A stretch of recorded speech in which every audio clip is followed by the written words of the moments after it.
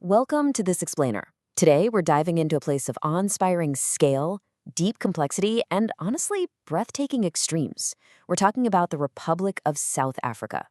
From ancient hominin fossils to absolute cutting-edge medical firsts, and from staggering mineral wealth to some pretty profound socioeconomic hurdles, South Africa is a nation literally defined by its paradoxes. We're going to unpack its massive geography, its deeply layered history, its economic muscle, and the modern realities shaping its future right now. Let's get into it. Here's our roadmap for today. First up, the ultimate rainbow nation, followed by a crucible of history. Then we'll look at Africa's economic juggernaut, the hurdles in the modern era, and wrap up with the cultural heartbeat. Okay, part one, the ultimate rainbow nation. To really grasp South Africa, you've got to understand its sheer scale. It's massive, covering over 1.2 million square kilometers, making it the 24th largest country in the world. Now, to manage a nation of that size and complexity, you need a pretty unique government structure. While most countries have just one capital city, South Africa actually has three. Yeah, three. They split them up across different provinces to balance power. So you've got Pretoria as the administrative capital, where the executive branch sits. Then there's Cape Town, the legislative capital, that's where Parliament is. And finally, Bloemfontein is the judicial capital, hosting the Supreme Court of Appeal. It's like a giant puzzle perfectly pieced together. And that unique setup, it perfectly mirrors the incredible diversity of the people who live there. Get this, South Africa officially recognizes 12 languages. 12! Based on the 2022 census, the most spoken first languages are actually Zulu, Xhosa, and Afrikaans. You might be wondering about English. Well, it's widely used as a sort of common ground for business and science, but it's really only the fifth most common language spoken at home. Oh, and here's a really cool update. Just recently in 2023, South African Sign Language was officially added as the 12th language. Talk about a massive commitment to inclusion.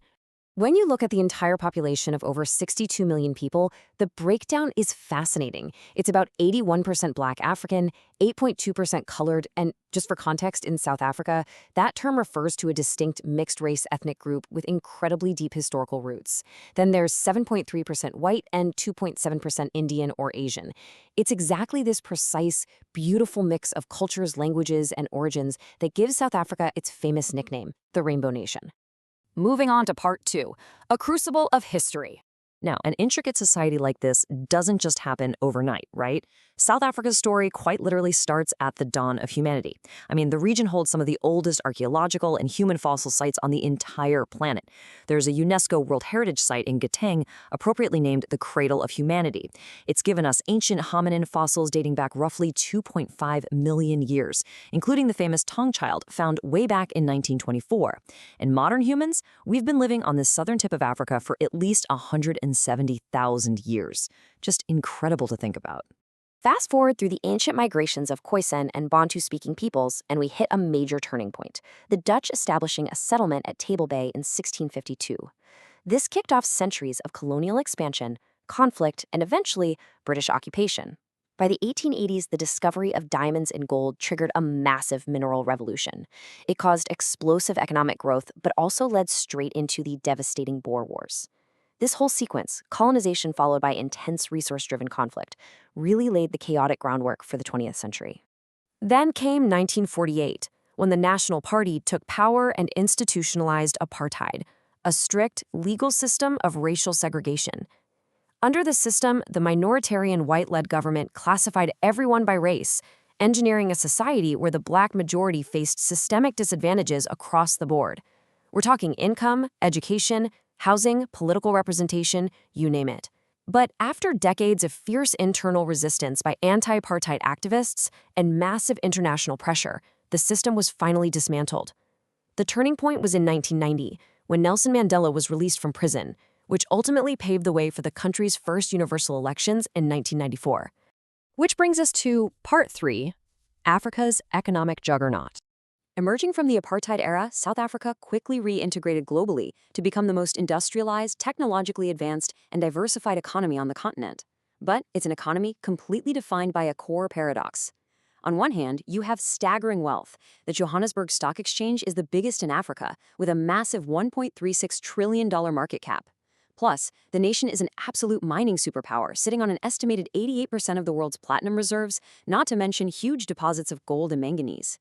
But directly across from that financial power, South Africa has a Gini coefficient of 0.67. That makes it the most economically unequal country in the world. Add to that a sobering unemployment rate sitting at 32% as of 2024, and you can see the deep duality at play. Still, despite these massive structural hurdles, South Africa's highly developed sectors have been a serious launchpad for global innovation. Think about the medical tech we rely on every day. A lot of it started right here. Back in 1967, Dr. Christian Barnard performed the world's very first human-to-human heart transplant in Cape Town. South African researchers also pioneered the X-ray CT scan, which actually won a Nobel Prize. And it's not just medicine. In aviation, their domestically produced Denel Rooivalk attack helicopter was the first in the world to pull off a 360-degree loop. Oh, and more recently, South Africa became the very first nation on the continent to launch a commercial 5G network. They've always been absolute trailblazers. All right, let's look at part 4, hurdles in the modern era. So, an economic engine of this massive size naturally creates intense friction. The absolute lifeblood of any industrialized economy is its power grid, right? Well, South Africa relies overwhelmingly on coal, which accounts for about 75% of its electricity generation. Now, it does have Africa's only commercial nuclear power plant and a really promising renewable sector, but that heavy dependence on coal still makes it one of the top 15 greenhouse gas emitters globally. And honestly, this matters to all of us because how South Africa navigates this energy transition is absolutely crucial for meeting global climate targets. Now, that specific energy profile triggered a severe, decade-long national crisis known as load shedding. We're talking about scheduled, rolling blackouts that have severely disrupted the economy. And this wasn't just a simple case of demand outstripping supply. It was a compounding failure. You had a reliance on aging coal fleets, deeply delayed maintenance, and rather shockingly, investigations that revealed deliberate sabotage and procurement-related corruption from within the state-owned utility Eskom.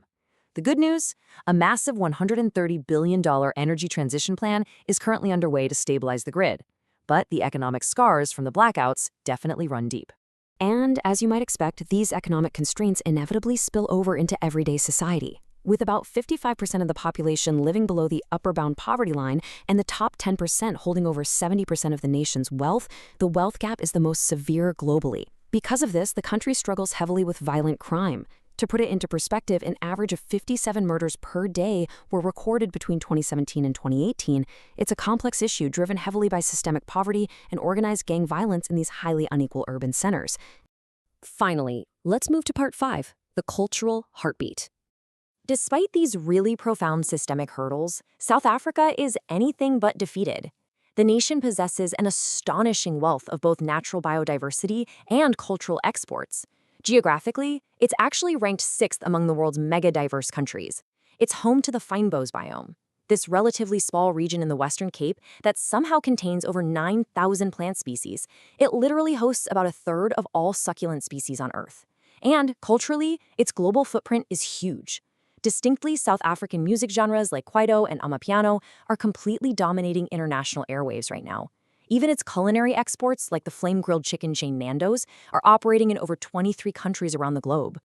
But perhaps nothing unifies the country quite like sports. The whole concept of the Rainbow Nation is so vividly brought to life on the athletic field. Just look at the national rugby team, the Springboks. They hold the record for the absolute most Rugby World Cup victories, having won the tournament 4 times, including incredible back-to-back victories in 2019 and 2023. In a nation that's marked by historical division and modern friction, these moments of collective triumph really demonstrate the resilient, profound power of a unified people. So all of this brings us to the ultimate question. We've explored the cradle of humanity, a crucible of colonial and apartheid history, an economic and technological juggernaut, and a society grappling with profound inequality and energy crises. With an unparalleled wealth of natural resources, a massively diverse cultural heartbeat, and a deeply resilient people, how will the Rainbow Nation navigate its paradoxes to write its next chapter? Thank you so much for joining me to explore South Africa in this explainer.